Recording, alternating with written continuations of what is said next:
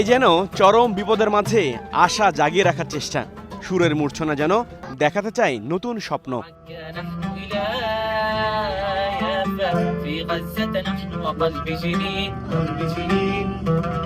الواحد منا يسير آلافا لن تذبل فينا ورقة دين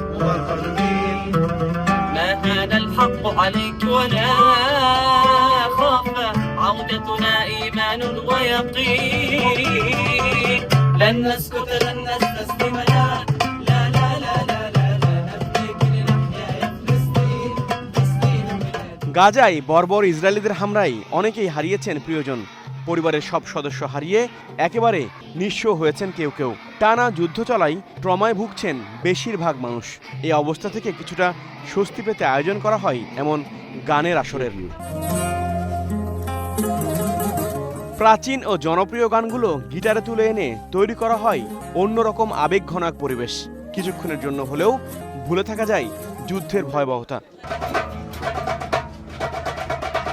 Edward Saeed conservatory of music নামের এক প্রতিষ্ঠান এই আয়োজনের উদ্যোগ নেয়।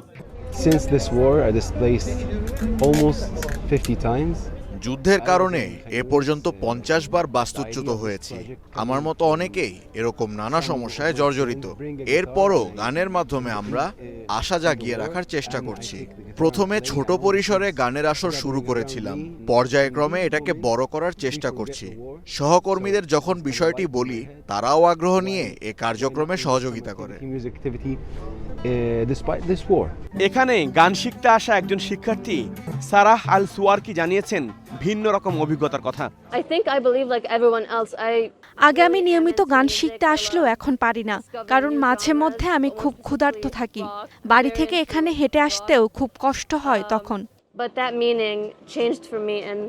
গাজায় যুদ্ধ শুরুর আগে এ প্রতিষ্ঠান বেশ কয়েকজন মেধাবী শিল্পী জন্ম দিয়েছিল, যারা বিভিন্ন দেশে গিয়ে ফিলিস্তিনি সংস্কৃতি ছড়িয়ে দেয়। তবে ইসরায়েলের বর্বর হামলা পাল্টে দিয়েছে সবকিছু। হত্যা করা হয় শিল্পীদেরও। H R Rafi, star news.